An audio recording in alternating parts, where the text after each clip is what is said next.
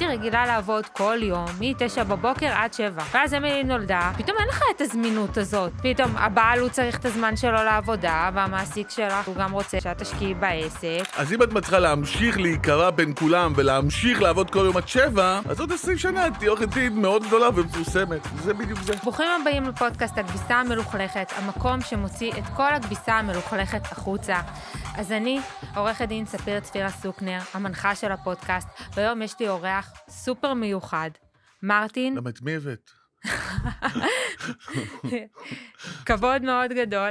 אז מרטין, איזה כיף לארח אותך. איזה כיף להתארח. מה, הגזמת עם כל הצבעים הסגולים, זה מגניב. תודה. אז חיכיתי הרבה זמן, יש לי מלא שאלות לשאול אותך. יאללה, מגניב. אני חושבת שהשאלה הראשונה שככה באמת מעסיקה אותי זה, שהיום אני רואה הרבה מאוד רוכשים מתקשים להביא הון עצמי. כן, זה בעיה, זה עכשיו בעיה מאוד גדולה, כי אם את הולכת כמה דורות אחורה, את יודעת, אז איך זה עבד כל השנים? זה כאילו, נגיד, אני ואשתי חיים בצמצום, מגדלים 4 ילדים בדירת 3 חדרים, חוסכים שקל לשקל, שהמטרה של כולם הייתה מה? לעזור לילדים. עכשיו זה קצת השתנה, בדור האחרון נניח, אנשים שהם היום כזה 60, יצא שיוקר המחיה עלה מאוד, פתאום נהיה מאוד מאוד מאוד יקר, והמחירים של הנדל"ן עלו המון, אז יש מצב שהיום יש נגיד אנשים בני 60-70, שיש להם בית של יכול להיות 3-4 מיליון, אבל אין להם שום כסף בתכלס. אז הם יכולים לעזור לילדים בזה שאולי שעבדו את הבית שלהם, אבל הם לא הספיקו לצבור שום כסף. עכשיו אנחנו, הדור הזה, שנגיד אלה שהיום 30-40, יש סיכוי טוב שהילדים שלנו לא יראו מאיתנו כלום כבר. והמחירים של הדירות יהיו 950 טריליון דולר, יהיה פה בעיה, כאילו פשוט ההתנהגות של הדורות השתנתה. פעם אנשים היו חוסכים כל גרוש לתת לילדים, היום זה יותר, כל אחד רוצה שיהיה לו את החיים שלו, ולטייל בחול, ולמצות, ופה, אז פחות יש מה לתת לילדים. זה בעיה, כן, את צודקת לגמרי. השאלה אם זה באמת יוקר המחיה, או שפשוט האנשים לא יודעים להתנהל כלכלית נכון, הם מבזבזים יותר מדי. זה לא מבזבזים יותר מדי, זה פשוט סגנון החיים השתנה. אם את לוקחת, קחי את כל מדינת ישראל, לשנייה נחזור אחורה, נגיד סתם, קחי שנות ה-60, בסדר? שנות ה-60, מה היה המוטו? כביכול, כן, זה היה כביכול, המדינה יותר חשובה מהאזרח. בסדר? היינו בתחושה שכביכול, אנחנו חלק קטן מקולקטיב מאוד גדול, וכשאתה חלק קטן, אז אתה מוותר על הדברים שלך, בשביל לעזור לדור הבא. ואז הדור הבא היה מקבל ממך משהו. ככל שהשנים הלכו, אנחנו יותר אמריקאים. מה זה אומר שאנחנו יותר אמריקאים? יותר צרכנות, ויותר אוכלים בחוץ, ועכשיו את לא יכולה לגדל 4 ילדים בדירת 3 חדרים, נכון? כבר אין את זה. מה, מי עושה את זה? אני שואלת, למה לא? כלומר, אם ההורים שלי הצליחו. התרבות השתנתה, אנחנו לא אותו דור, גם אי אפשר להאשים אותנו, כי זה פשוט לא אותם דורות, התרבות השתנתה לחלוטין. היום אנשים רוצים לחיות, הם רוצים למצות את החיים שלהם, רוצים לטוס לחול, רוצים לבלות, הם לא רוצים כל החיים לגור כמו מסכנים בשביל לעזור לילד לקנות דירה. אז מה, להיות... זה עובדה, מה לעשות? כאילו, מה לעשות? זה מה שזה. אי אפשר להילחם בזה, אנחנו כמו ארצות הברית, באיחור של 10-15 שנה. אז להיות משועבד לבנק יותר טוב? מה זה יותר טוב? זה לא עניין של ברירה, אי אפשר לשנות עכשיו תרבות של כל העולם, אי אפשר עכשיו להחזיר את זה אחורה. תחשבי, נגיד, אם היית אומרת סתם לסבא שלך, הוא בחיים? כן, ברוך השם. יופי, שיהיה לו אריכות ימים. תחשבי עכשיו, תגידי לו, תקנה אייפון ב-6,000 שקל. יגיד לך, מה, טומטמת? מי קונה טלפון ב-6,000 שקל? אבל לך זה נראה בסדר, נכון? זה נראה לך הגיוני. מי קונה אותו ב-200,000 שקל? מי המפגר שקונה אותו ב-200,000 שקל? כולם קונים אותו ב-200,000 שקל. אי אפשר להחזיר את זה אחורה, זה פשוט כבר, זה הלך, הגלגל הזה כבר עבר. אתה לא חושב שאפשר למתן את זה? נגיד, אם אני מסתכלת על הדורות הקודמים, איך היו מתחתנים פעם? מלווים סמלה מזאתי, השכנה מלמעלה עושה לך קצת איפור שיער, הוא מבשל קצת, זה, מי שהיה מתחתן באולם, זה היה, איזה אירוע, כמה כסף, הוא בא ממשפחה מיוחסת, והיו עושים חתונה. היום אני רואה אנשים מתחתנים, באים לאולם, עזוב את האולם, לא סמלת קלה אחת, 3 שמלות, איפור בבוקר, איפור ליווי לאולם. פעם היה אולי צלם אחד, היום יש צלם וידאו וצלם רחפת. סטיקס ורחפן וצלמי מגנטים, יש לך בר וגם עמדת קוקטיילים, הכל כאילו התחושה היא שהכל פי 2. אני אגיד לך, קודם כל יש קהילות שעדיין עושים את זה, בארצות הברית מתחתנים בבית כנסת. אצל הרבה, גם יהודים וגם נוצרים, מתחתנים בכנסייה או בבית כנסת, זה עדיין קיים. זה לא שזה עבר מהעולם, זה ישנו. אצל החרדים נגיד, אצל החרדים לא מביאים מתנות לחתונה, את יודעת? זה לא מקובל להביא מתנות בכלל. לא, אין את זה, אין את הדבר הזה. מזמינים אותך לחתונה, את מביאה איזה מגבות או משהו כזה, כמו פעם. אז זה עדיין קיים.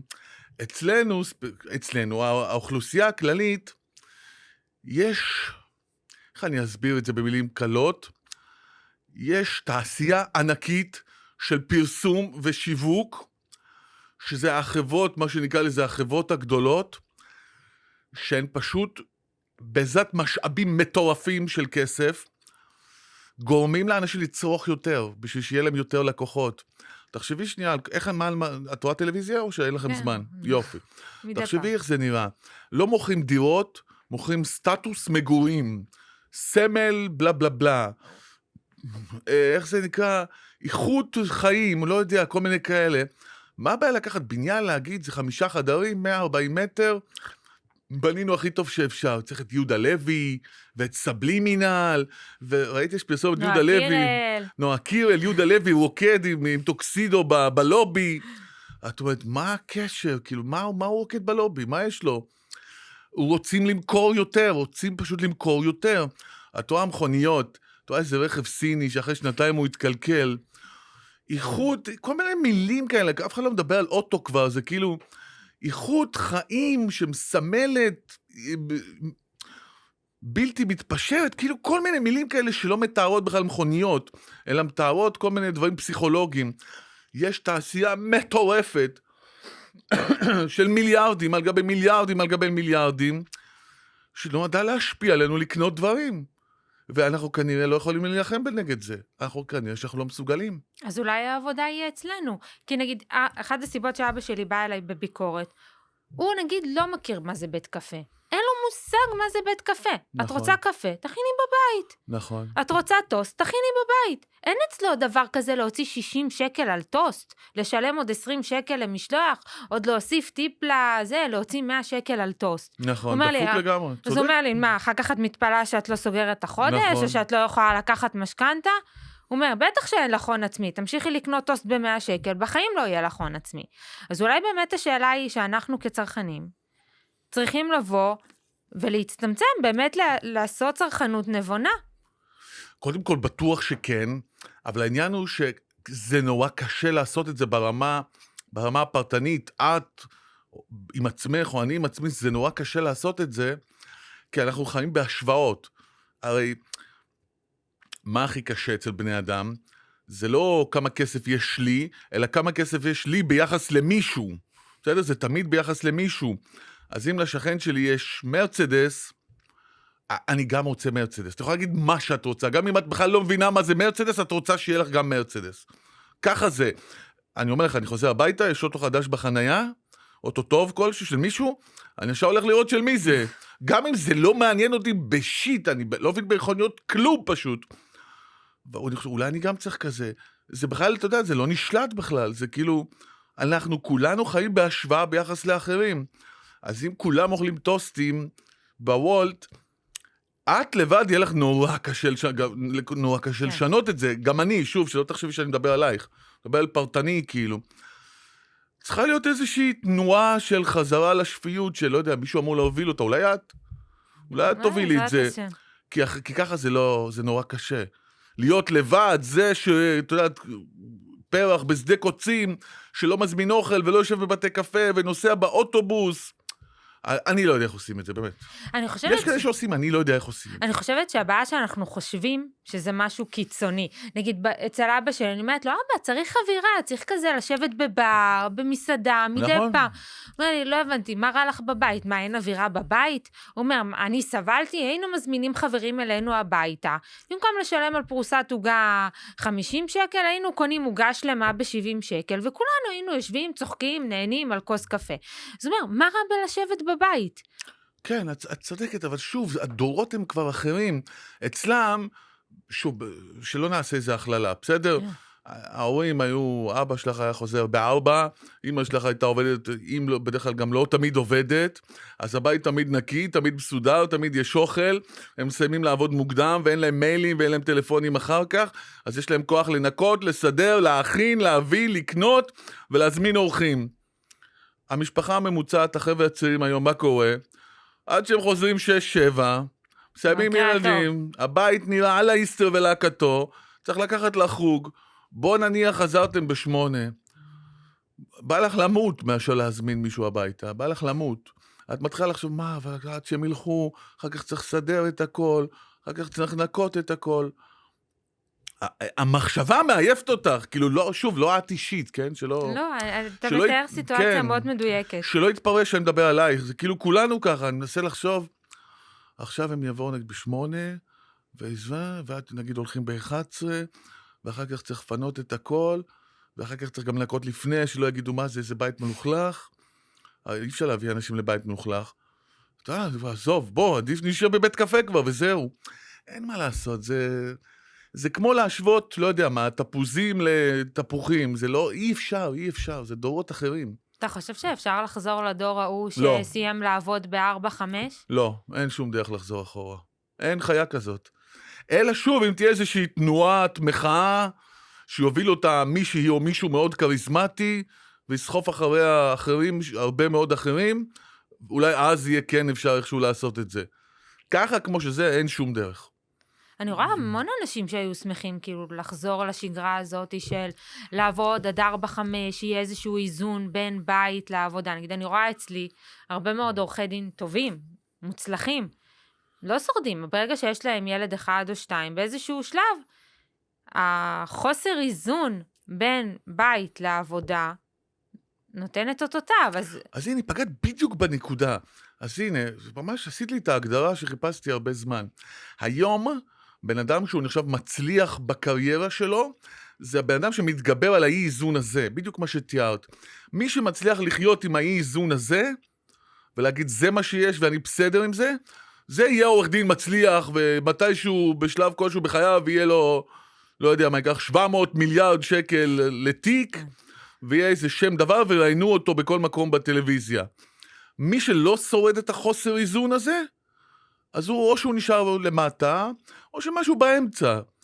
כאילו זה הנקודה, מי שמצליח להתגבר על אי איזון, הוא ממשיך הלאה, מי שלא מצליח. מה זה אי איזון? אני חושבת שפשוט אין איזון. רוב האנשים נכון, שאני אין ראיתי... איזון, את צודקת, אין איזון. רוב האנשים שראיתי שמצליחים ומקימים את המשרדים הכי גדולים, ומייצגים בתיקים הכי גדולים. כן. נגיד גברים. כן. אני יכולה להגיד ש99, אני בכוונה אשאיר פה איזשהו אחוז לא אכליל את כולם. לא, בסדר. האישה שלהם בבית, נכון. מגדלת את הילדים, דואגת לחוגים, בישולים, כביסות. אז מה את חושבת, שהיא בסדר עם זה? ואז אני אומרת, אז אוקיי, אז מה, מי שרוצה היום לא, להצליח. אבל לא, רגע, לא, זה לא ככה, לא. את מתארת את זה איזשהו מצב שכאילו, היא בבית גדלת את הילדים, והוא בחוץ בתיקים הגדולים. זה לא ככה. מה את חושבת, שהוא מגיע הביתה, הוא לא מקבל צעקות? מה, אתה חוזר לי בשעות כאלה? ומה זה הדבר הזה? אני מרגישה שאני חיה עם עצמי, ואני כל הזמן לבד. זה לא שזה איזה הרמוניה.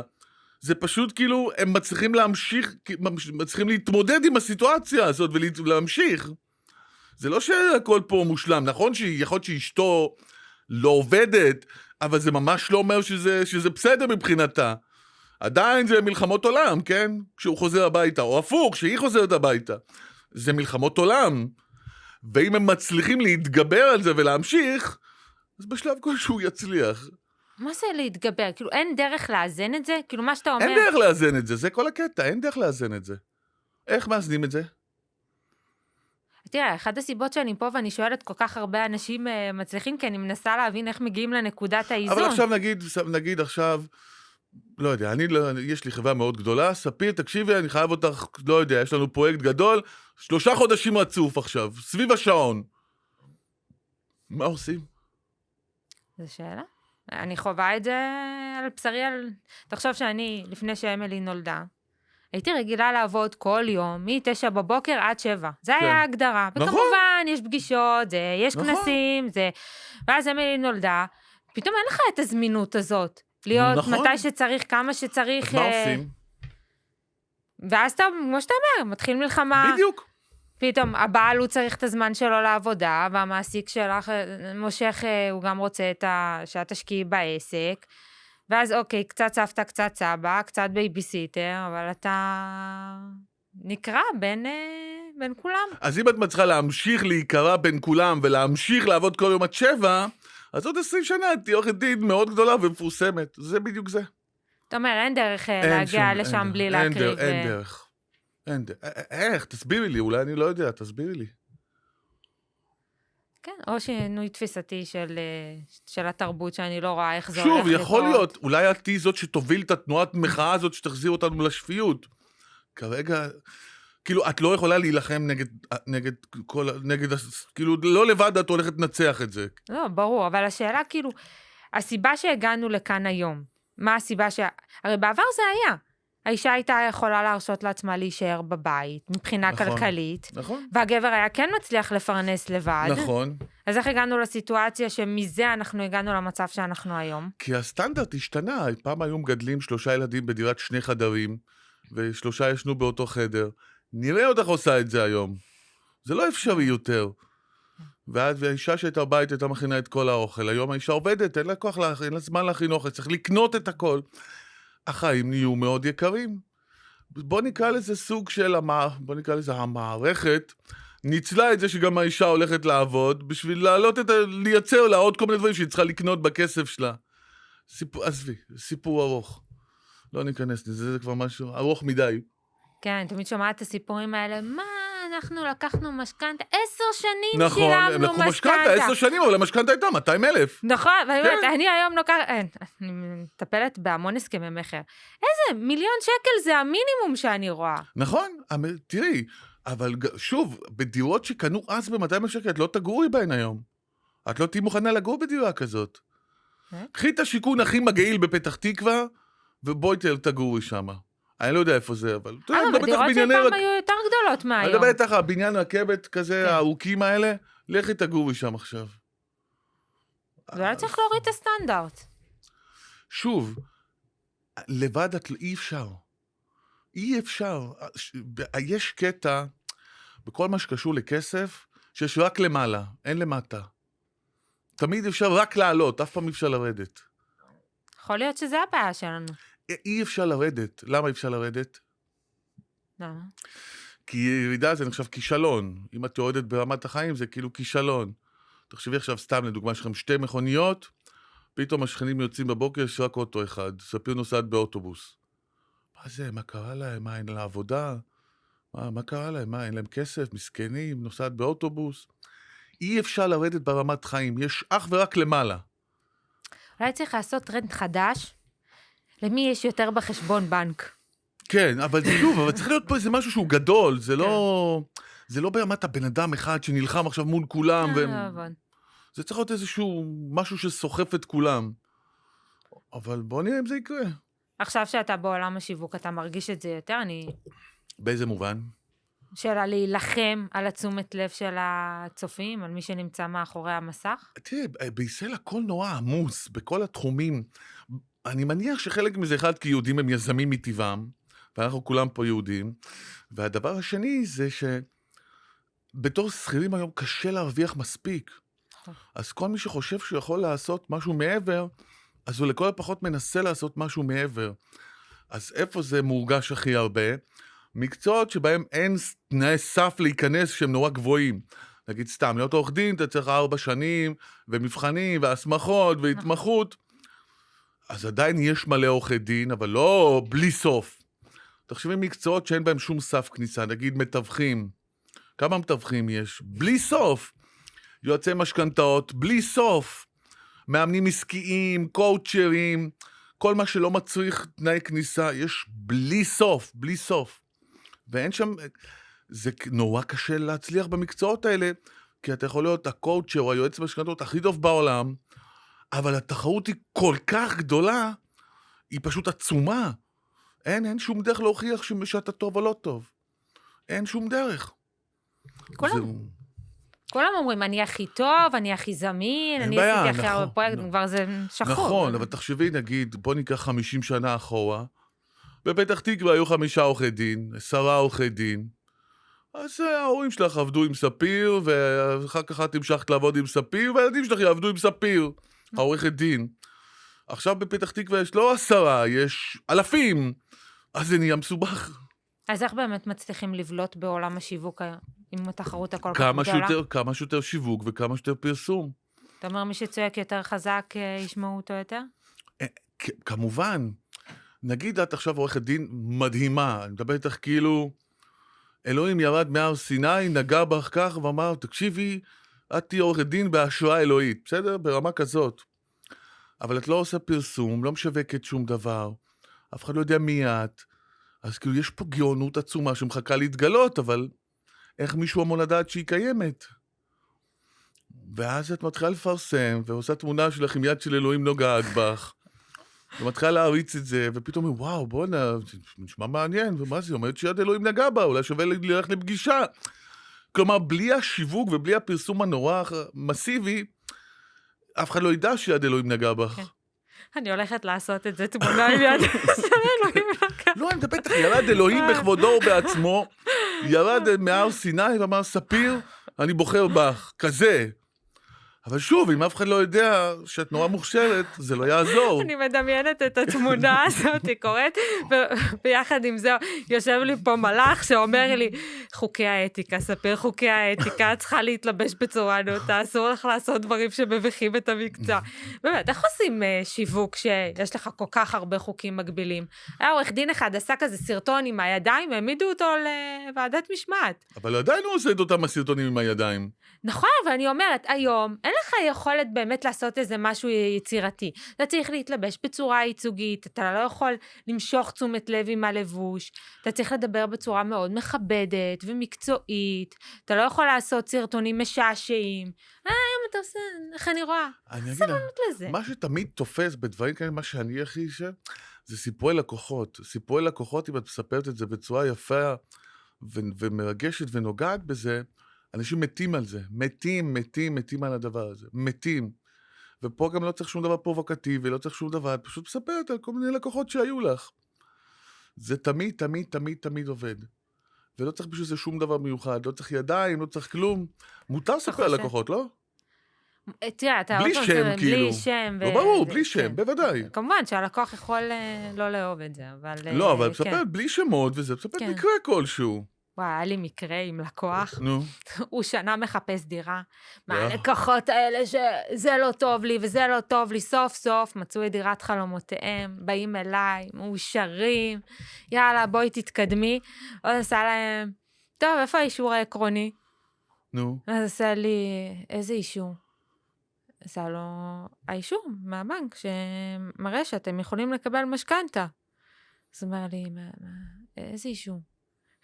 הוא לא הלך להוציא אישור? הוא שנה חיפש דירה, בלי להוציא אישור עקרוני. קיצר, שלחתי אותו לבנק, מה מסתבר? מה? הוא לא יכול לקבל את המשכנתה שהוא צריך.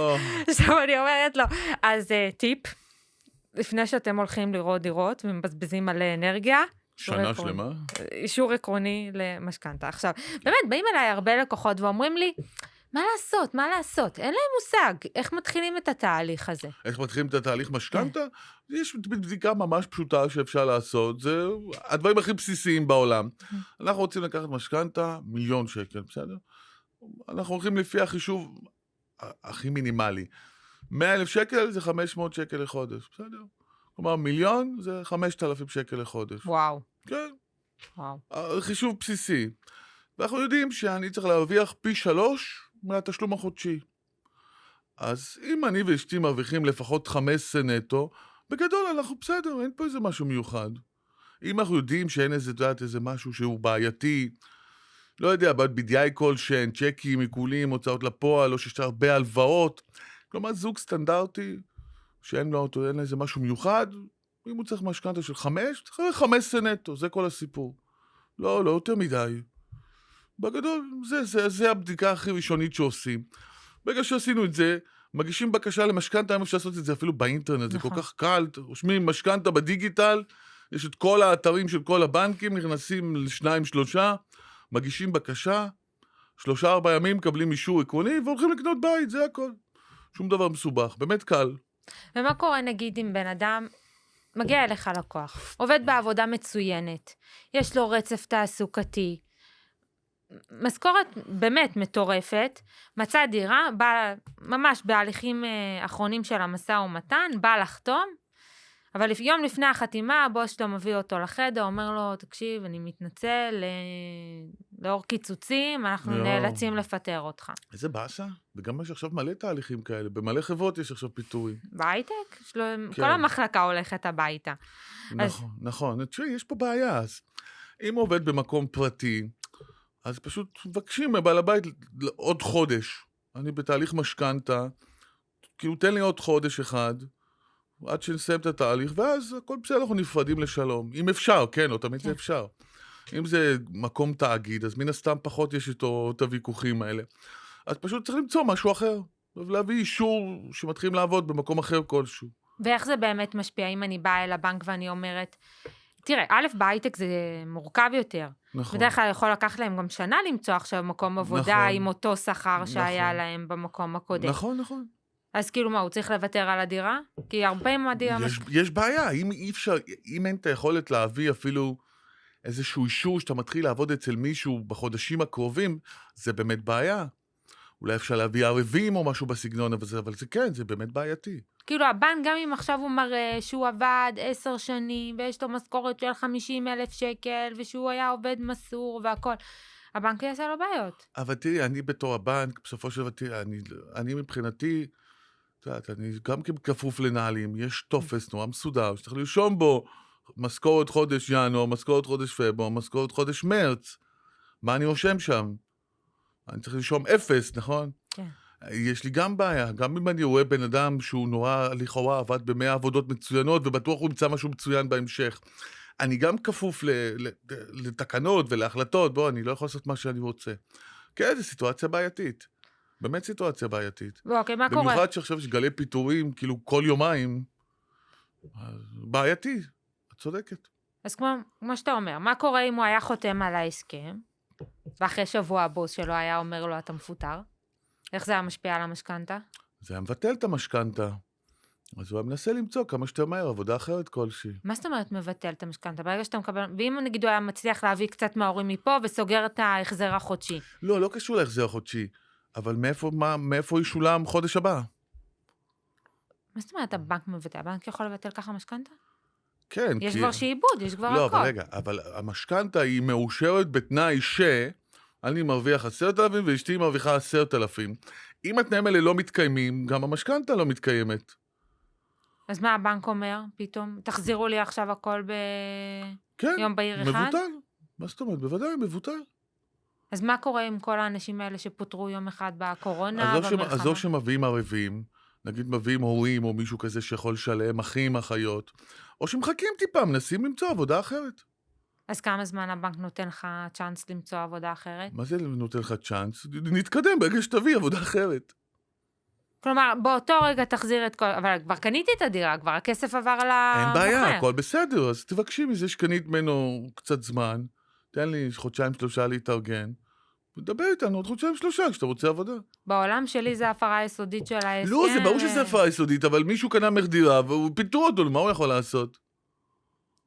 מה הוא יעשה? מה לעשות? תביא לי פיצוי מוסכם. לא, אבל הכוונה היא, אתה יודע, נו, מה לעשות?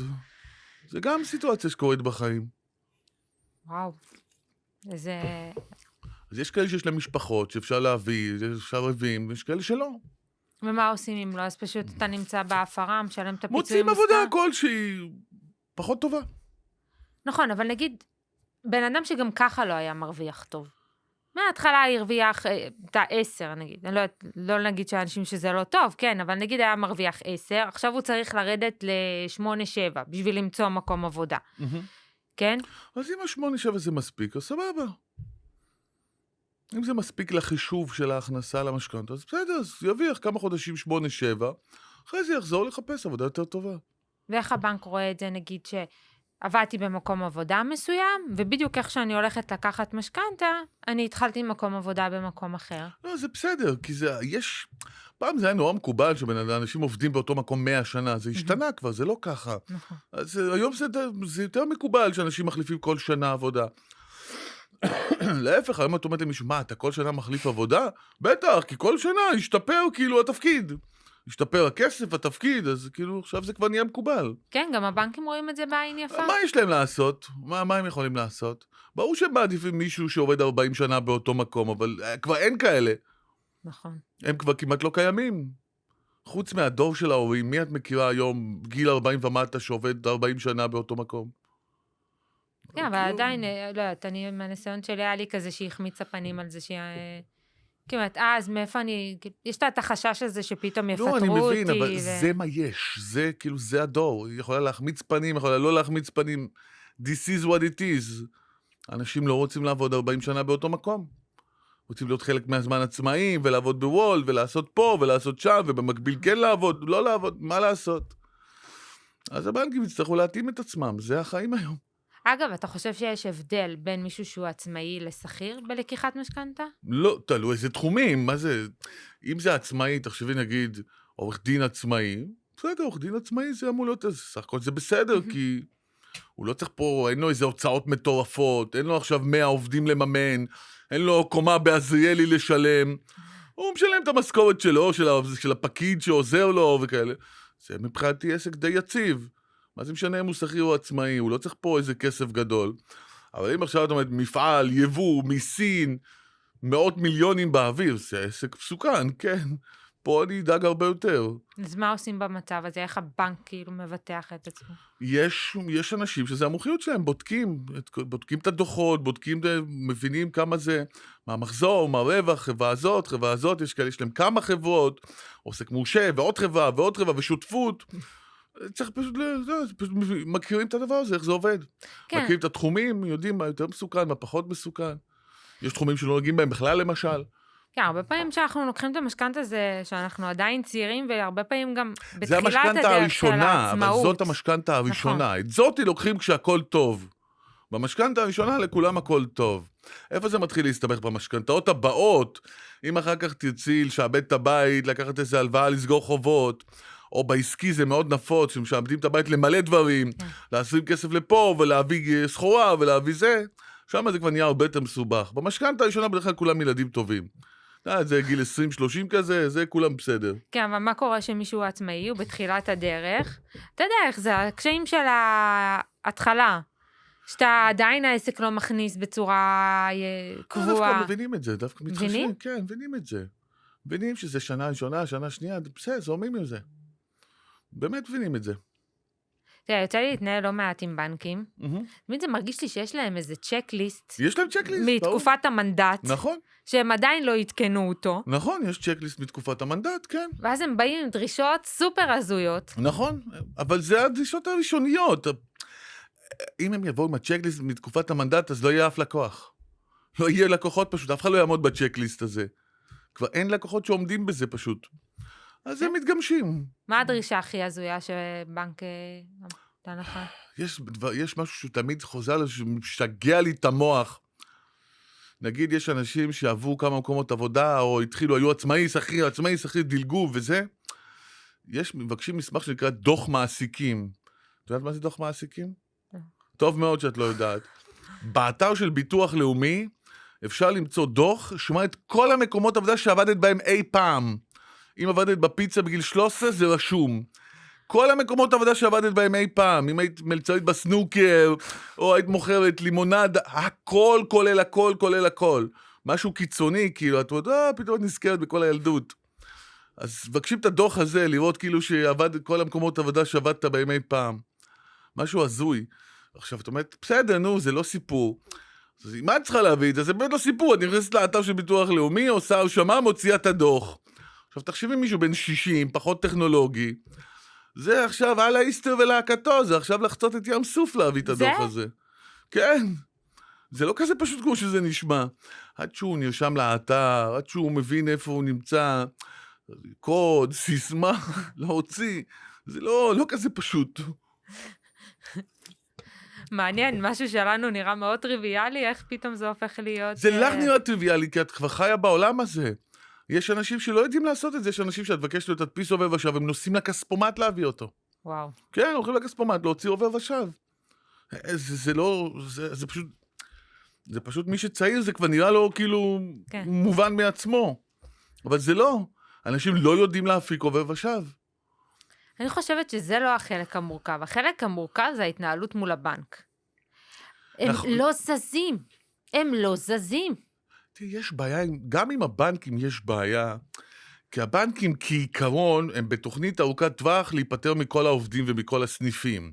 שהאנד גיים של זה אמור להיות איזשהו מוקד טלפוני, בינה מלאכותית, צ'אטים, שיחות, בלי עובדים, בלי הוצאות, בלי נדל"ן, זה בגדול האנד גיים. אז כשזה האנד גיים, ואני לא מדבר אנד גיים לעוד 50 שנה, מדבר עכשיו, בשנים הקרובות. כן. אז כשזאת המטרה, את לא תתחיל עכשיו לגייס כוח אדם איכותי, ולהתחיל לשלם משכורות גבוהות, להחליט שזה רק אנשים תואר שני ומעלה, זה לא שם, נכון? זה לא זה. לא. מגייסים, שוב, כאילו, יש אנשים טובים, אבל יש חבר'ה שהם פחות מנוסים, ויש הרבה פחות אנשים שהם כן מנוסים שילמדו אותם, כי מנסים כל מי שרק אפשר להוציא אותו לפנסיה מוקדמת, ואז אין מי שילמד את הצעירים, אז יש המון חבר'ה שהם בלי ניסיון פשוט, בלי ידע, וההתנהלות מולם היא באמת קשה, כי העבודה היא לא פשוטה, תמיד זה נראה כאילו בנקים יושבים כל היום קפה, בוא תחשבי את יושבת בעבודה, פתאום בא מישהו, חסמו לו את הכרטיס אשראי, וצעקות ומריבות, ואיפה המנהל אמר לי ככה, וזה, אחד כזה, בא לך למות, זהו, נגמר היום. ובאים כל היום אנשים שרוצים משהו, ותלונות, ומענות, ואף אחד לא מרוצה אף פעם. לא ראית פעם מישהו נכנס לבנק מרוצה, נכון? לא, אני רק רציתי להגיד תודה לכם, אתם עושים עבודה נהדרת. אין את זה, נכון? כולם באים לא מרוצים. אז כל היום תלונות, ומענות, ועומס. אז הם בעצמם פחות נחמדים, וגם לא משלמים להם מי יודע כמה. אז זה מה שיוצא. נכון. אני יכולה להגיד לך מהניסיון שלי, אני מייצגת הרבה יזמים. כן. והיזם יש לו לוחות זמנים בהסכם, הוא חייב לעמוד. מהרגע שיש לו היתר, יש לו שעון חול, מתקתק לו מעל הראש, מה שמעניין אותו זה לעלות על הקרקע, לא מעניין אותו, לא בנקים, לא הפקיד בבנק, לא מעניין אותו כלום. הוא מעניין אותו שיש לו תוקף להיתר בנייה, והוא חייב לעלות על הקרקע ולא להיות בהפרה. נכון. עכשיו, כחלק, כשאתה נכנס לפרויקט פינוי-בינוי, תמה, התחדשות עירונית, אתה חייב שכל הקרקע תהיה נקייה מכל המשכנתאות. אנחנו מתחילים איזשהו הליך מזורז, של לקחת את המשכנתה הקיימת, ולגרור אותה לערבות בנקאית. עכשיו, נשמע מאוד פשוט. מה הבעיה? הולכים לבנק, ואומרים לה, תראי, זה הבנק, אני מביאה לך ערבות, טופס סטנדרטי שכבר עשינו אותו 400,000 פעם, טוב, בטוח יום-יומיים, אנחנו מסיימים את התהליך, ומסירים את המשכנתה. יאללה, סיסו ושמחו. נכון. זה החלק הכי מתיש בליווי. שלמה הוא מתיש? אתה מתנהל עם הבנק, ואז יש פקידה. עכשיו, היא לא יודעת איך, היא מתבלבלת, במקום גרירת משכנתה, היא שולחת לך מסמכי סילוק משכנתה. ובמקום להביא לך את הטופס הזה, היא מביאה לך טופס אחר. ואז לך תתנהל איתה עוד כמה שבועות, והיא לא מבינה. היא באמת לא מבינה. היא באמת לא מבינה. היא באמת לא מבינה. עכשיו, אין לך גם קשר עם המחלקה המשפטית. אתה צריך לעבור דרך הפקיד, והפקיד צריך להעביר את זה למחלקה המשפטית. עכשיו, הפקיד לא מבין. אז הוא גם לא יודע איך לתווך את זה, ולהעביר את מה שאתה באמת צריך למחלקה המשפטית, אז זה עובר עקום. נכון. טלפון שבור. באמת טלפון שבור. ואז המחלקה המשפטית גם, כמו שאתה אמרת, הם כנראה לא מרוויחים טוב, לוקח לה כמה שבועות עד שהיא מחזירה תשובה. והם עמוסים, ויש להם מיליון דברים על הראש, והם שני אנשים על 700,000 יזמים. וגם הפקידה. ואז בסוף אני מגיעה לנקודת, תמיד אני מתחילה גם את התהליך הרבה לפני, כי אני יודעת שאת כל ההתנהלות מול הבנק. אבל בשורה התחתונה, עד שאני לא מאיימת בתביעה, ולא שולחת מכתב התראה טרם נקיטת הליכים, שום דבר לא זז. לא, אבל תנסי להבין את זה, יש לזה סיבות מאוד אובייקטיביות. פעם, אנשים היו מתחילים לעבוד בבנק בגיל 30, זה היה נחשב עבודה ממש טובה, זה היה נחשב ג'וב כזה של, אתה יודעת, עד סוף הקריירה. ואז היה המון חבר'ה בני 60-70 שעבדו עדיין בבנק, והיו עושים חפיפה נורא מסודרת, ואם יש לך שאלה, אז יש לך את מי לשאול, יש הרבה אנשים שאפשר לשאול אותם, כי יש לך מצד שמאל מישהו 40 שנה בבנק, ופה יש 30 שנה בבנק, ועד שאת מגיעה לגיל 40, את כבר ממש מומחית לבנקאות. היום זה כבר לא ככה, מתחילים חבר'ה בגיל 25, סטודנטים, השכר שלהם לא משהו, הם לא באמת בונים על זה קריירה לטווח ארוך, כי הם מבינים שלא יהיה פה קריירה לטווח ארוך, ואין להם באנשים בני 60-70 לשאול אותם, כי הם כולם יצאו לפנסיה מוקדמת, אז אם את בת 25, הבוגר האחראי זה מישהו 30. בסדר? ככה זה, נו, אבל ככה נראים מקומות עבודה.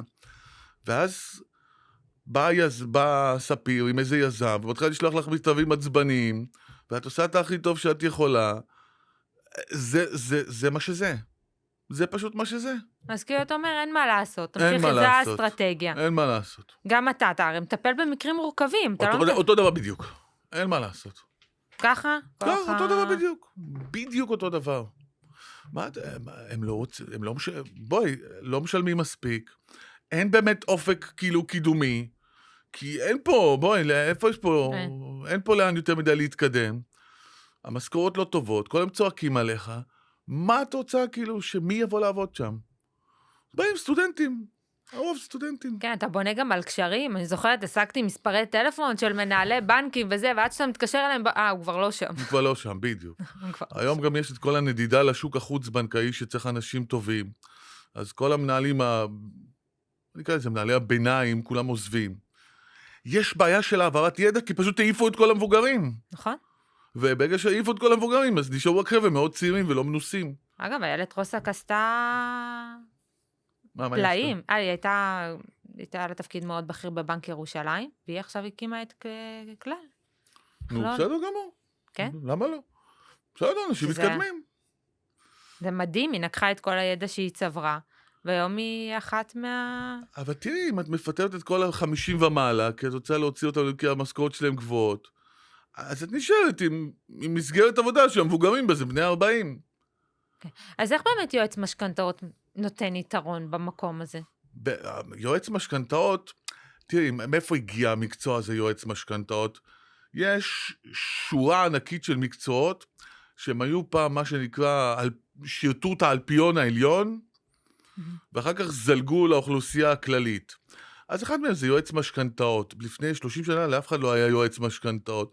זה היה משהו של אם את משפחת הון, ויש לכם 30 נכסים, אז את לא עכשיו תתחילי ללכת לריב עם הבנקים על כל אחד מהם. אז היה מישהו, בטח לא קראו לזה יועץ משכנתאות, קראו לזה משהו אחר. אז זה הולך בשמך, מקבל ליפוי כוח, והולך לעשות סידורים בכל הבנקים בשבילך. בסדר? ולאט לאט המקצוע הזה, כמו הרבה אחרים, הוא זלג להיות מה שנקרא מיינסטרים. למי פעם היה שף? מי היה חושב פעם להזמין שף פרטי? זה היה משהו של משפחות אצולה. לאט לאט זה זלג, שפתאום היום אומרים לך, כן, יש לנו מסיבה עם שף. היום זה נראה נורמלי, פעם לא היה את זה. או מה עוד היה? נגיד, לא יודע, פעם מי חשב לקנות פרארי או פורש? זה היה משהו של עשירים. היום, תשלומים, בלה בלה בלה, כל אחד יכול. אז זה מקצוע שהגיע בעצם במקור משם. אז יועץ משכנתאות הוא סך הכל, מה הוא עושה? הוא מכיר את המערכת, הוא מכיר את האנשים, הוא יודע למה הוא צריך להגיע לתוצאה הסופית, הוא לוקח לך את הדברים, אני לך תעזבי, תשארי בעבודה שלך, אני אלך לעשות את זה במקומך. אני יודע למי אני צריך ללכת, אני מכיר את הפקידים, אני אלך ישר, במקום לעבור את כל השלבים, אני אלך ישר לגבי, אני אשים לו את זה על השולחן, אני אגיד לו, בחייאת, ספיר חברה טובה שלי, תן לה 2.2, כי אני יודע שזה המקסימום שאפשר. גבי, טוב, נו, יאללה, זה, אבל אתה חייב לי, זה, רושם 2.2. בגדול נגמר התהליך, זה פלוס מינוס מה שאמור לקרות. כמו שיש אנשים שיודעים לקדם, יש מקצועות, יש דברים מטורפים, יש אנשים שהם נגיד מקדמים תורים ל-MRI, בסדר, מכירה את זה? כן. אז זה אותו דבר, זה מישהו שאמור לגשת למערכת מאוד גדולה ולקדם את האינטרסים שלך. זה בדיוק אותו דבר. או בביטוח לאומי, או בעירייה, או בטאבו. זה. זה מעצבן אותי שצריך לעשות את זה. שוב, אבל למה זה קורה ככה? כי המערכות הן מאוד גדולות, ולאף אחד מהן אין כוח אדם, כי הם לא משלמים מספיק, והכוח אדם הוא לא מנוסה. ואז אנחנו חוזרים לאותה נקודה. בדיוק אותו דבר שאמרנו על הבנק. זה בדיוק אותו דבר. ניסינו לתאם לאמילי איזה תור לאיזושהי בדיקה, אז הרופאה מתקשרת אליי ואומרת לי, אני מבקשת שתפני את ההפניה לבית חולים אחר. וברגעים האלה אם אין לך את הבן אדם הזה שמקדם לך את התור ל-MRI, או שמקדם לך את התור בבנק, או שאתה לא מכיר אפילו את הבן אדם שיכול לעשות לך, אתה אומר, סבבה, אני אשלם, רק למי לשלם? נכון. אתה נמצא מול שוקת שבורה. נכון. יש הרבה פעמים דברים שאת אומרת, אני אשמח לשלם למישהו שיקדם את זה, אבל מי עושה את זה? נכון. כי זה צריך להיות במעגל כנראה בשביל לדעת. כנראה שאנחנו לא במעגל פשוט. זה באמת שאלה מה עושים במצב הזה. מה, מבחינת הזה? נגיד, שאתה בא, איך אתה הרי התפקיד שלך בעיקר זה לתת משכנתאות, לעזור לקחת משכנתאות לאנשים שלא מצליחים לקבל משכנתה. נכון. במערכות גדולות, במיוחד שאת נתקלת בבעיה כלשהי, את צריכה מה שנקרא access, כאילו גישה. גישה למי? את צריכה גישה למישהו שיכול לקבל החלטה שהיא לא אוטומטית. נניח את מגישה בקשה למשכנתה במוקד הטלפוני, או לא יודע מה, או בדיגיטל, או אצל הפקיד בסניף. בגלל שהייתה בעיה כלשהי, אין לו באמת יכולת להחליט, הוא פשוט שולל את זה אוטומטית, נכון? נכון. אז על מה המלחמה? המלחמה זה לקבל גישה למישהו שיש לו את היכולת להחליט אחרת. על זה המלחמה. הגשתי בקשה לתביעת נכות, בסדר? דחו אותי. מי יכול להפוך את ההחלטה? מישהו יותר גבוה. הגשתי בקשה למשכנתה, דחו אותי. מי יכול להחליט משהו אחר? מנהל יותר גבוה. בכל המערכות זה אותו דבר. אז מה אני צריך בתור לקוח? אני צריך מישהו שיכול להעביר אותי לתחנה הבאה למעלה. זה מה שאני בעצם צריך. אז יש אחד שיכול לעשות את זה בבנק, אני יכול לקחת את הבקשה הזאת, לקחת אותה מהשולחן של הפקיד, לא באמת כן ניירות, לעלות איתה קומה למעלה, לא באמת קומה למעלה, אלא במייל, שלוח את זה למישהו, להגיד לו, דוד, תקשיב, תעשה טובה, אני חושב שא', ב', ג', ד', ה', ו', ז', ח', ואותו דוד יש לו באמת את היכולת להסתכל על א', ב', ג', ד', ז', ח', ולהגיד, אתה יודע מה? למרות שהפקיד אמר שזה לא, אני חושב שזה כן. העניין הוא שאתה צריך לקבל את הגישה לבן אדם הזה. זה מה שמוכרים כל אלה שעושים את זה. בין אם זה בביטוח לאומי, לגשת לפקיד בכיר יותר, או לוועדה כלשהי, לא יודע איך זה. ביטוח לאומי זה ועדות, לא? כן, הרבה פעמים זה. אז כאילו, אז מישהו שיביא אותך לאותה ועדה שיכולה להסתכל על המקרה, להגיד, לא, מה, מגיע לו נכות. או בבית משפט להביא לערכאת ערעור, כמו שעורכי דין עושים. מישהו יכול להגיד, לא, ההחלטה של השלום לא מתאימה לנו. בוא ניגש למחוזי, נגיש ערעור. זה מה שזה, זה גם מה שאני עושה. ואותו דוד, אני מכיר אותו כבר 15 שנה, והוא יודע שבדרך כלל אני לא משקר, ולא מנסה לרמות, אלא יש מקרים שאני אומר לו, תקשיב, יש פה באמת משהו ששווה להסתכל עליו, אז הוא כבר יודע אחרי 15 שנה ששווה להסתכל עליו. כי זה עניין של מערכת יחסים שנבנתה במשך הרבה מאוד שנים. ואז אפשר להגיע למצב שאותו דוד מסתכל, ווואלה, אתה צודק, יש פה משהו. אפשר כן לאשר את זה. אז המלחמה היא תמיד על גישה למישהו למעלה, בכל המערכות. עכשיו בוא נחבר את זה למה שאמרת קודם. היום הבנקים באמת עוברים למערכת אוטומציה, AI. נכון. אז מה יקרה עוד כמה שנים שלא יהיה את הגורם האנושי הזה? לא יהיה לא, דוד הגורם ולא האנושי תמיד יהיה. הגורם האנושי יהיה פחות, אבל תמיד יהיה גורם אנושי. אבל יהיה עוד יותר קשה להגיע אליו. יהיה עוד יותר קשה להגיע אליו, אבל תמיד יהיה מישהו, לפחות לטווח הנראה לעין. כלומר, יהיה, לא יודע מה, AI כזה, AI יותר מתוחכם, מוקד דיגיטלי. יעביר את זה ל-AI היותר משוכלל, והמשוכלל יעביר במייל היותר משוכלל. משהו בסגנון הזה, זה מה שיהיה, איזה דרגות כלשהן של AI, לפי כמה משאבים הוא צורך או משהו כזה, לא יודע. ואחרי AI הממש מתוחכם יהיה נציג טלפוני, ואחרי זה נציג, מקרים מיוחדים נציג פיזי, וכן הלאה וכן הלאה. אז כן, זה... אבל להפך, זה יהיה מצרך יותר נדיר, כאילו, יהיה שווה יותר כסף לכאורה. זה יהיה גם יותר קשה, נראה לי, להשיג משכנתה ברגע ש... נכון, יותר קשה, אבל מצד שני זה גם יהיה שווה יותר. אז, אבל ככה זה, ככה עובדות כל המערכות הגדולות. יש אנשים שנגיד סתם, את נתקעת, באים לעשות רישום של איזה פרויקט, פתאום מתגלה, טפו טפו טפו, שיש שם מקום של בית קברות עתיק היה כלשהו. לי. היה לך? ש- חברה שזה, כן, שמעתי, כן. יופי, אז קורה כאלה דברים, ואז כביכול עוצרים את הפרויקט לזמן בלתי מוגדר, עד שרשות העתיקות תבוא ותחפור ויגידו שזה כן או לא. מה? אז מבקשים ממך אחר כך, אגב, זה יכול להרוס לך את הפרויקט לגמרי. נכון, אתה יכול לעצור את הפרויקט לגמרי. אם אתה בנית לעשות נגיד 3-4 קומות חניון, ופתאום אומרים לך, אתה לא יכול לחפור חניון. מה זה, יש שם פה- גופות, נכון. יש שם, זה בתי נכון. קברות. נכון, אז איך תבנה בניין עכשיו גורד שחקים בלי מרתפים? נכון. אז את זוכרת את פרשת הולילנד המפורסמת? כן. אז מה היה שם? היה את שמואל דכנר, זיכרונו לברכה, שנפטר במהלך המשפט, שהוא בעל היזם של הולילנד, שוב, לא ניכנס לכל השתלשלות האירועים, הוא אמר לו, בוא, אני אקדם לך את זה מול העירייה. והיזם אמר לו, אבל לא שוחד ולא כלום, לא, שלא תסבך אותי פה במשהו. מה פתאום? איזה שוחד, נראה לך? זה חברים שלי, אני אקח את המסמכים, אני אסביר להם את הכל, ונפתח את הדלתות, כאילו, בוא נתחיל לקדם את זה. ומשם נולד, זאת הפרשייה שנקראת הולילנד, שבשלב כלשהו הגיעו לאהוד אולמרט, שבזמנו היה ראש עיר, ומדברים על שוחד, אבל זה הסוף של הסיפור. ההתחלה הייתה, שהוא אמר, בוא, אני אקדם לך את זה בעירייה, ופשוט נפתור את כל הבעיות. זה מה שהוא עשה. הוא קידם דברים בעירייה. מדהים איך הכל בסוף נגמר בקשרים. נכון, הכל נגמר בקשרים. איך הקשרים אתה... נכון, אבל העניין הוא שאת צריכה להיות מסוגלת לשלם על הקשרים. כי אם שמואל דכנר, אם הוא היה בחיים, היה בא אלינו, אני לא יודע מה היה לנו כסף שלם לו. כי בטח הוא לוקח לא מעט. חשבת על זה שוב, זיכרונו לברכה, כן. כן. הכל זה עניין של ביצה ותרנגולת, כי אנחנו עובדים מאוד קשה, אז אין לנו זמן לבשל ולנקות וזה, אז אנחנו משלמים לבן אדם אחר שיעשה את הדברים האלה בעבורנו, ואז אנחנו צריכים לעבוד נורא קשה, כדי שנוכל לממן את כל האנשים האלה שיעשו את זה עבורנו. זה סוג של ביצה ותרנגולת כזה. אני אגיד לך משהו, שנייה אחת מזווית אחרת, אולי לא תסכימי, אבל אני אגיד לך משהו שאני חושב, אני חושב שזה דווקא טוב שזה נוצר ככה שאין לנו יותר מדי זמן, כי נראה לי שלאנשים יש יותר מדי זמן פנוי, כאילו, הם מתעסקים בדברים פחות טובים, זה לוקח אותם לכל מיני מקומות של מחשבות וכל מיני, לא יודע, כאילו, אולי זה טוב שאנשים יהיו עסוקים כל הזמן, ופחות יתעסקו, לא יודע, אולי אני טועה, עזבי. אולי כדי לא לשקוע בדיכאון, אתה כזה... כן, כל מיני כאלה, לא יודע, אולי זה אני דפוק, עזבי. אולי אני בעייתי. כל המחשבה. כי זה נראה דווקא הגיוני שאלוהים אמר לעצמו, בוא, שלא יתעסקו איתם, שלא יהיה להם זמן לחשוב על שטויות. שיהיו עסוקים כל הזמן, שירוצו, מה יכול להיות? לא יודע, אני רק דפוק.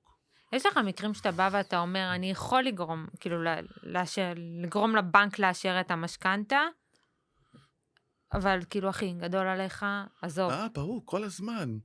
הרי שוב, ממה דיברנו, שהיום לקנות דירה זה לא, אף אחד לא מוכר לך קורת גג, מוכרים לך איזשהו חלום. אז ככל שתעשיית השיווק היא יותר מפותחת, אז אנשים רוצים לעמוד באיזשהו סטטוס. אז אם אני יכול לקנות דירה ריאלית, 1.5 מיליון שקל, אני לא רוצה דירה של 1.5 מיליון שקל, אני רוצה דירה של 2.5. אני רוצה דירה של 3.5 או 4.5. והרבה פעמים אני לא מסוגל לשלם עליה. אני יכול לקנות אותה, אבל לאורך זמן אני יודע שתהיה לי בעיה, כי אתן לך דוגמה, נגיד, תחשבי, נגיד זוג סטנדרטי, מרוויח 20 נטו, בסדר? ונניח שלפי החישוב מותר להם משכנתה 7,000 שקל בחודש. אז לכאורה, על כל הפרמטרים, הם בסדר, הם יכולים לקחת משכנתה 7,000 שקל בחודש. כמה זמן הם יחזיקו את זה בחייאת? כמה זמן הם יצליחו לשלם 7,000 בחודש מתוך הכנסה של 20? נגיד ילדים, רק גנים היום 9,000. הם לא יגמרו את החודש. כן. אז למה להיכנס לזה מלכתחילה? ואיך הם מקבלים את זה? לא טוב, בדרך כלל לא טוב. אנשים לא אוהבים שמונים מהם, כאילו, זה לא מונים מהם, שאומרים להם שמשהו שהוא סותר את דעתם. אבל שוב, יש פה עניין של ניסיון חיים. אני יודע שאתם לא תצליחו לשלם 7,000 עם הכנסה של 20. אני יודע את זה פשוט. אז בוא לא ניכנס לזה מלכתחילה, למה? בוא נקדים את המאוחר עכשיו. למה אני אסתבך? מה אתה חושב על כל אלה שרוכשים עכשיו דירות ב-2080, 1090? תראי, יש כל מיני, יש אנשים שהם באמת, יש לפעמים חבר'ה שאני שומע, אני אשאיר את הכסף אצלי, הוא שוכב לא יודע מה, בקרן כספית כך וכך, אני אשלם אותו עוד 3 שנים. זה סבבה לגמרי, זה סבבה פלוס. נכון. ויש אנשים שהם חיים בדמיונות. אני צריך, משהו מאתמול או שלשום, אני רוצה לקנות דירה שעולה 2.5, אז לצורך העניין 2.5, אני מעגל את זה, צריך 700,000 הון עצמי, סבבה? יופי. יש לי כרגע 200. זאת אומרת, חסר לי 500. אבל יש לי פה עוד 4 שנים. אז מה, ב4 שנים אתה הולך לחסוך 500,000 שקל? כמה חסכת עד עכשיו? אתה חי 35 שנה, חסכת 200,000, אז עכשיו בעוד 4 שנים אתה תחסוך 500,000? זה לא הכי סביר בעולם. שוב, אנחנו בתור בני אדם נורא אופטימיים ביחס לעתיד. אתה יודע, את חשבת את זה, 400,000, 5 שנים זה כמה? זה 60 חודשים, 8,000 בחודש, נכון? משהו כזה? כמה זה יוצא? לא משנה, עזבי את החישוב, נגיד 8,000 בחודש.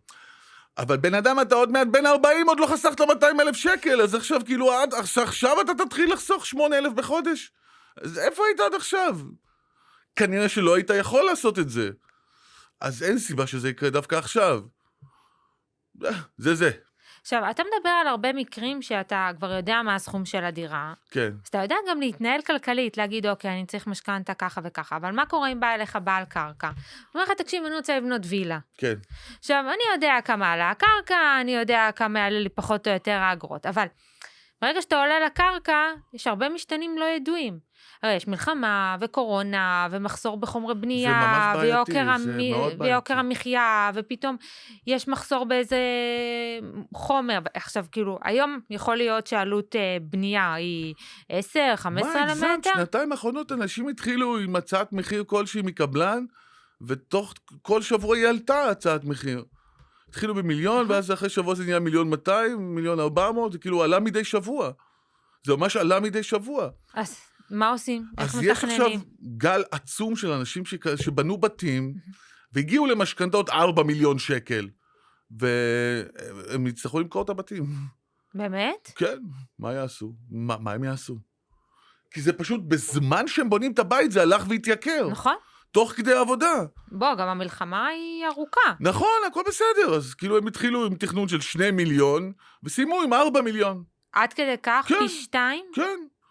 אז זה פשוט, המחירים התעדכנו תוך כדי העבודה. אז מה עושים במצב כזה? כאילו, אתה אומר, אין לך... מה תעשי במצב כזה? מה יש לעשות? אז אם בא אליך לקוח, אומר, תקשיב, אני רוצה לבנות... תסיים את הבית, שיהיה שלם וגמור, ותמכור אותו. נו, מה לעשות?